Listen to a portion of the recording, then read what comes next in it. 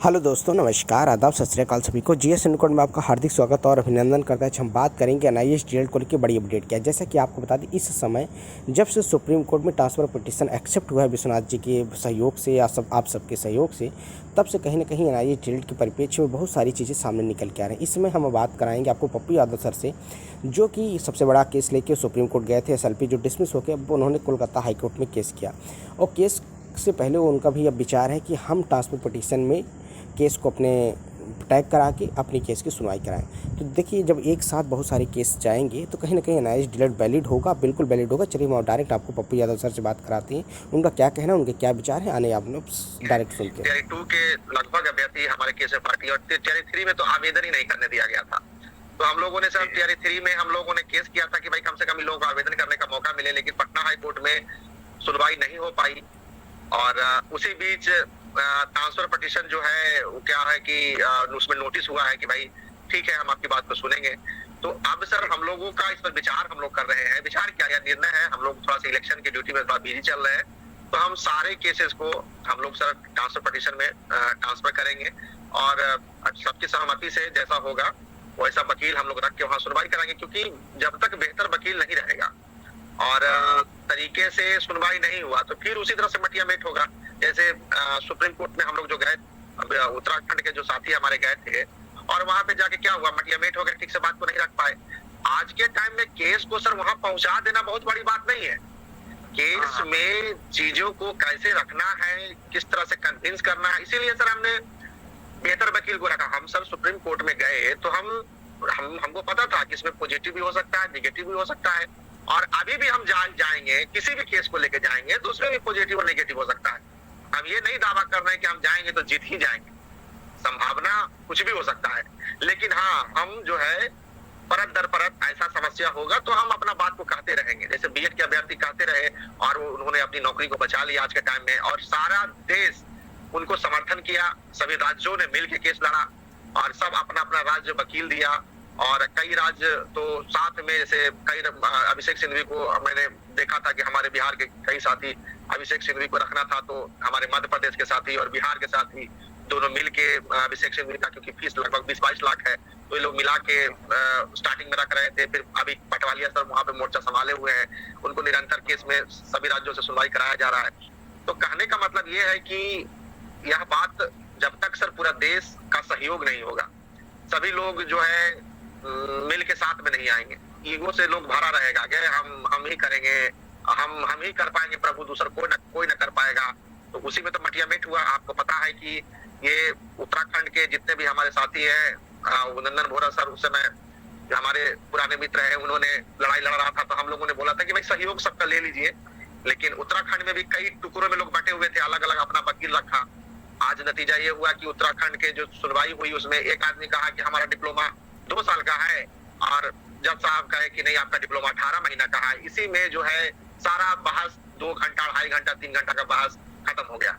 कोई भी टेक्निकल बात को नहीं रख पाया कोर्ट में, न कोई किसी तरह का, न कोई ठीक से दस्तावेज लगाया गया, न कोई वहां पे अपेंडिक्स 9 की चर्चा हुई, न 14 की चर्चा हुई कि क्यों हमारा कोर्स 2 साल से क्या मतलब है। हमको तो 2 साल से कोई मतलब ही नहीं है, 2 सत्र से मतलब है, 2 सेशन से मतलब है। तो वो सब तमाम बातें वहां पे ठीक से नहीं रखी गई। हम आपको बता देना चाहते हैं सर कि कई ऐसे जो मुद्दे हैं, तो शिक्षा का अधिकार अधिनियम जो 2009 है, जिसमें 6 से 14 साल के बच्चों को जो है शिक्षा लेने का, अनिवार्य शिक्षा लेने का अधिकार है। उसमें अनिवार्य शिक्षा नहीं, क्वालिटी शिक्षा, मतलब क्वालिटी एजुकेशन लेने का उनका अधिकार है। तो या कोर्ट को यह सब चीज नहीं बताया गया कि ये डिप्लोमा क्यों कराया गया, इसकी आवश्यकता क्यों पड़ी, क्यों इसको लाया गया। आपको हम बता रहे थे सर कि 2011 तक लोग अनट्रेंड शिक्षक बना करते थे, अनट्रेंड बहालियां होती थी। लेकिन उसके बाद राज्य सरकार एनसीडी से पूछती थी कि ठीक है, हम बहाली करते हैं, हम अनट्रेंड शिक्षक को, जैसे बिहार में 2011 में जो टीईटी कंडक्ट हुआ, उसमें सभी लोग अनट्रेंड लोग ज्वाइन किए, सभी के सभी 1 लाख टीचर अनट्रेंड ज्वाइन किए। उसके बाद में जाके उसको सरकार जो है उसको ट्रेनिंग कराई। तो उसी तरह पूरे देश में लोग अनट्रेंड शिक्षक पहले बनते रहते थे, 2011 तक, 12 तक, 13 तक, ऐसे करके 15 तक ये सारा प्रक्रिया चला। 15 के बाद एमएचआरडी ने कहा कि भैया आप इस पर ब्रेक लगाइए, ये अनट्रेंड जो शिक्षक है पूरे देश में पढ़ा रहे हैं, ये क्वालिटी एजुकेशन नहीं दे रहा है। इस पर कोर्ट भी कई बार टिप्पणी की, सुप्रीम कोर्ट ने कई बार टिप्पणी किया कि हमको सिर्फ एजुकेशन देना ही नहीं है, क्वालिटी एजुकेशन देना है। तो 15 तक ये सब सारा कुछ हुआ। 15 में मुझे याद है 14-15 में एक सर्कुलर आया कि भाई उसमें स्पष्ट कहा गया कि नहीं, एमएचआरडी ने इस पर बैन लगा दिया कि नहीं अब जो है ट्रेंड शिक्षक ही पूरे देश में बहाल होंगे। तो उस समय जब ट्रेंड शिक्षक बहाल होंगे, वो सर्कुलर जब आ गया कि भाई ट्रेंड शिक्षक ही बहाल होंगे, तो उसके बाद भी जो है राज्य सरकारें ट्रेंड शिक्षक को बहाल कर रही थी।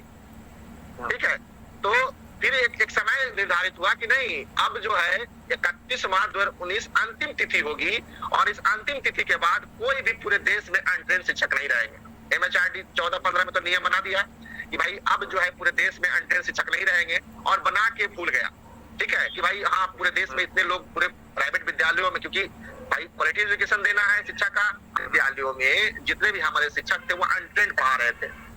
तो भाई एमएचआरडी ने कहा कि भाई ये 14-15 में लोग सोचा कि भाई अनट्रेंड शिक्षक पढ़ा रहे हैं, इसको कैसे करना है, इन लोगों को ट्रेंड कैसे करना है। लेकिन सरकार के पास बहुत सारा काम था, तो वो काम जो है पूरा करते करते लगभग पहुंच गया 17-16 का अंतिम जो है ना पायदान पे पहुंच गया। तब इसको याद आया कि अरे हमको तो ट्रेंड कराना है, 31 मार्च 2019 तक अंतिम तिथि रखी गई है, तो हमको सबको ट्रेंड कराना है। तब क्या हुआ, जब लगभग 20 महीना बचा, लगभग 20-22 महीना बचा, तब इसको सरकार का नींद खुला कि नहीं भाई अब इसको जो जितने भी पूरे देश में है शिक्षक उनको ट्रेंड कैसे कराना है। तब जाके इन लोगों ने अफरा तफरी में मीटिंग बुलाना शुरू की है। हमारे बिहार में क्या बोलता है कि उपेंद्र कुशवाहा थे राज्य शिक्षा मंत्री, और केंद्र में प्रकाश जावड़ेकर थे केंद्रीय शिक्षा मंत्री। हाँ, तो ये लोग, उसके बाद एनसीटी को बुलाया गया कि भाई इसमें कैसे करना है, तमाम किसको जिम्मेवारी देना है। तो सब लोगों ने कई दफाएं मीटिंग हुआ, राज्य में कई बार मीटिंग हुआ। ये बड़ी लंबी कहानी है, मैं शॉर्टकट में आपको बता रहा हूँ। अभ्यर्थियों को एक बार पूरा जो याद है उसको जीवित करना चाह रहा हूँ कि आप जो पूछे हमसे कि क्या समस्या हुई और क्यों कोर्ट में ये सब क्यों नहीं डिस्कस हुआ।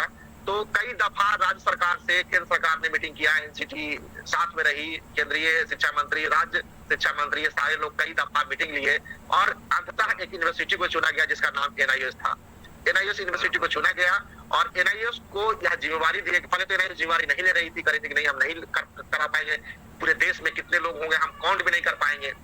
तो बड़ा मुश्किल से उसको मनाया गया और बताया गया कि आप ही कर सकते हैं, क्योंकि आपका सभी जगह इंपायर है, सब जगह प्लेटफॉर्म है, सब जगह आपके ऑफिसेज है, सारा तमाम चीजें हैं। उसमें हुआ कि भाई उनको आश्वासन दिया गया कि राज्य सरकार आपको इसमें सहयोग करेगी, राज्य सरकार अपना ट्रेनर देगी, राज्य सरकार आपको बीआरसी में ट्रेनिंग कराने के लिए सैटरडे संडे को जगह देगी। वो तमाम तरह का चीजें हुआ। उसके बाद एनआईएस तैयार हुआ, उसके बाद संख्या जो है, उसके बाद तमाम तरह का गतिविधि होने के बाद एप्लीकेशन लेने का सारा प्रक्रिया हुआ। इसमें फिल्टर होकर आया कि भाई 14 लाख लोग आवेदन करता, पता चला कि 14 लाख अनट्रेंड शिक्षक पूरे देश में प्राइवेट विद्यालयों में पढ़ा रहे हैं। तो उसमें से लगभग 11-11.5 लाख लोग क्वालिफाई हुए। अब 12 लाख पकड़ लीजिए, 12 लाख लोग क्वालिफाई हुए, 12 लाख को डिग्री मिल गया। 2017-19 सेशन में सबको कराया गया।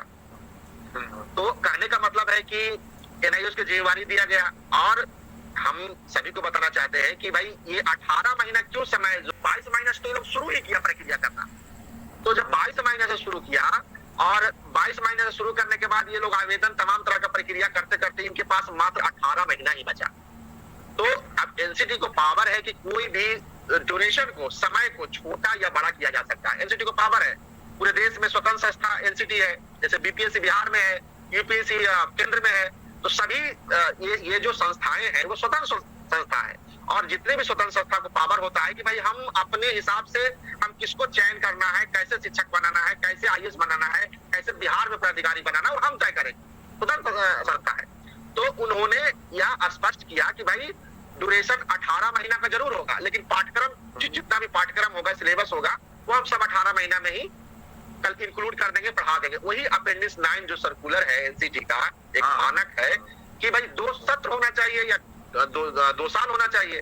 तो 2 सत्र का हम 2 सत्र का जो है पैरामीटर हम फुलफिल करते हैं। तो 2 सत्र का पैरामीटर फुलफिल करते हैं और वो सारा पाठ्यक्रम जो 2 साल का था हम 18 महीना में पढ़ लिए। तो हमको आवश्यकता नहीं है 2 साल का डिप्लोमा का। ये सब बातें कोर्ट में नहीं हुई। तो अब जब तक ये सब बातें कोर्ट में हुई होती, ये सब चीजें बताई गई होती कि हुजूर ये क्यों कोर्स कराना पड़ा, क्यों आवश्यकता पड़ी। तो भाई एमएचआरडी ने 15 तक एक रेखा खींचा था, उस 15 तक रेखा खींचने के बाद भी नहीं हो पाया। फिर अंतिम तिथि हुई 31 मार्च 2019, इसमें सुप्रीम कोर्ट का भी दबाव था कि भाई क्वालिटी एजुकेशन आप नहीं दे रहे। तो जब अंतिम जो तिथि जो MHRD ने कहा कि अभी अंतिम तिथि हो गया, अब इसके बाद नहीं हो सकता, स्टॉप, 31 मार्च 2019 अंतिम तिथि के बाद अब कोई भी देश में अनट्रेंड शिक्षक नहीं होगा, पैरामीटर बन गया। तब इनको कोर्स को मतलब समय कोर्स नहीं, समय को कंप्रेस करना पड़ा, छोटा करना पड़ा, सिर्फ समय को, ना कि कोर्स को। कोर्स तो हमारा वही है जो बाकी जो डिप्लोमा है, बाकी जो रेगुलर डीएलएड का है, बाकी जो डीएल डीएलएड का है। तो ये जो चीजें हैं वो कोर्ट में चर्चा नहीं किया गया, यही एक वजह रहा सर। वो कहा 18 महीना, हम कहे 2 साल, और हम जो है मामला, हम पटना में जब हमारी सुनवाई हुई, सारा प्रिंस मिश्रा हमारे जो विद्यमान वकील है, एक एक चीज को उन्होंने निकाला था, और निकाल के जब अंतिम में जब वाईवी गिरी सर बहस कर रहे थे पटना हाईकोर्ट में, तो खेल ऐसे ही गड़बड़ हो रहा था कि भाई वो 18 महीना 24 महीना का मामला फंस रहा था। जब हमारे मीरांक मोहनी सर खड़ा हुए पटना हाईकोर्ट में, और खड़ा होकर जब अपेंडिक्स 9 की जब चर्चा होना शुरू हुआ, मामला बदल गया एकदम चुटकी में। कोर्ट सो गया था ऐसे, ठीक है, कोर्ट जाग गया, अरे क्या है अपेंडिक्स 9, कैसे चीजों को, वो दनादन काउंटर क्वेश्चन पूछने लगा। अपोजिशन में हमारे पीके साहिब थे, एडवोकेट जनरल बिहार सरकार, वो मैदान छोड़ के सर आधा सुनवाई में भाग गए। आप सोचिए ना, एडवोकेट जनरल कोर्ट में मौजूद होना, कंप्लीट विरोध करना।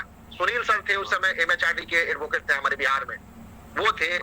उतना विरोध के बाद भी कोर्ट को हम यह कन्विंस करने में सक्षम रहे कि नहीं, हम जो डिप्लोमा जो पढ़े हैं वो बाकी डिप्लोमा की इक्विवेलेंट है। 2 सत्र में हम पढ़े हैं, दो सेशन में हम पढ़े हैं, और वो सारा पाठ्यक्रम पढ़े हैं। यही बात कोर्ट को बताना है सर। हमने जब वहां पे मुकुल रोहतगी सर के यहाँ हमने गया था, उन्होंने बिना बताए हुए 1 मिनट में उनका जो है सारा जूनियर 1 मिनट में देख लेता है सर। हमको बताने की भी आवश्यकता नहीं होता, हम 1 लाइन बोले, 4 लाइन हमको बता रहे थे।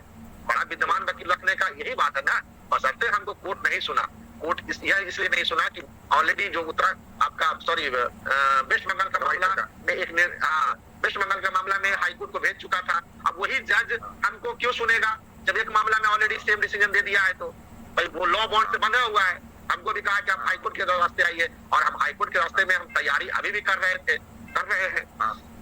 और SLP लेके हम जाते, फिर से अपना बात को रखते हैं, हम पीछे कहाँ हैं। हम आज भी जब तक ये डिग्री मान नहीं होगा सर, जब तक हम लोग लगे अब जादू तो हमारे पास है नहीं। जो लॉ का जो फाउंडेशन है, जो प्रक्रियाएं हैं, उससे तो गुजरना होगा। बीच में एक ट्रांसफर पिटीशन का जो मामला आया है, उसमें नोटिस हुआ है, तो आगे जो सुनवाई होगा तो हम लोग उसमें देख रहे हैं कि कैसे करना है। हम लोग भी उसमें सब राय मशवरा करके, उसमें जरूरत होगा तो एडवोकेट रखने का तो हम लोग रखेंगे, या कैसे करना है। हम थोड़ा सा 10 दिन बिजी है, उसके बाद हम लोग देखते हैं सर कैसे लोगों को, उसमें जितने भी हमारे अंडर में केसेस है, हम लोग प्रयास करेंगे कि वो ट्रांसफर हो। यदि मान के चलिए किसी के भरोसे यदि आप छोड़ देते हैं, या सामने वाला कहा देता है कि हम क्या करें, हमको कोई समर्थन नहीं किया वगैरह वगैरह, तो ओवरऑल तो लॉस हमको ही है। यदि मान के चलिए सर कि जैसे उत्तराखंड में पिछले बार हुआ कि भाई सहयोग नहीं लिया, और स्थिति ये हुई कि भाई सोचा कि ओवर कॉन्फिडेंस में हम जीत जाएंगे, मामला खराब हो गया।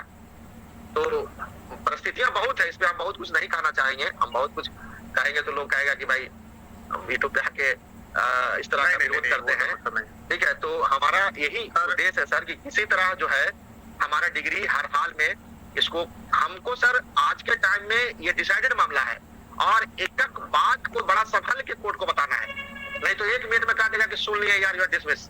1 सेकंड नहीं लगेगा जब तक हम बेहतर वकील के साथ नहीं जाएंगे और बात को तरीके से नहीं कहेंगे।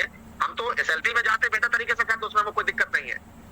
अच्छा, ट्रांसफर पिटीशन है, उसमें भी बेहतर तरीके से कहा जा सकता है, लेकिन उसके लिए पूरे तैयारी होनी चाहिए, तरीके से सारा कुछ होना चाहिए, बेहतर वकील होना चाहिए कि भाई कोर्ट को मजबूर कर दे कि नहीं एक्चुअल में ये बात है, आपको मानना ही होगा, आप क्यों नहीं मानेंगे। इसीलिए हम सब बड़े वकील पे भरोसा करते हैं। हमने बिहार में भी जो सबसे बड़े वकील था उनको हमने किया। वाईवी गिरी सर बिहार पटना के सबसे टॉप मोस्ट वकील है, हमने उनको किया था। मीरांक मोहनी सर जज बनने वाले हैं पटना हाई कोर्ट में, उनको हमने किया था।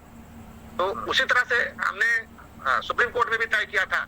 पहले हमने कपिल सिब्बल के यहाँ हम लोगों ने डिसाइड किया था, लेकिन बेंच बदला तो हम विचार बदल लिए कि नहीं भाई, वहां से निगेटिव मैसेज आने लगा। हमने उनसे भी 1 लाख रुपया ज्यादा जिनका फीस था, मुकुल रोहतगी सर को उनको रखा। ऑल इंडिया में 3रा नंबर पे उनका नंबर आता है। अभिषेक सिंह के बाद मुकुल रोहतगी का ही नंबर आता है, फीस भी उन्हीं के हिसाब से है।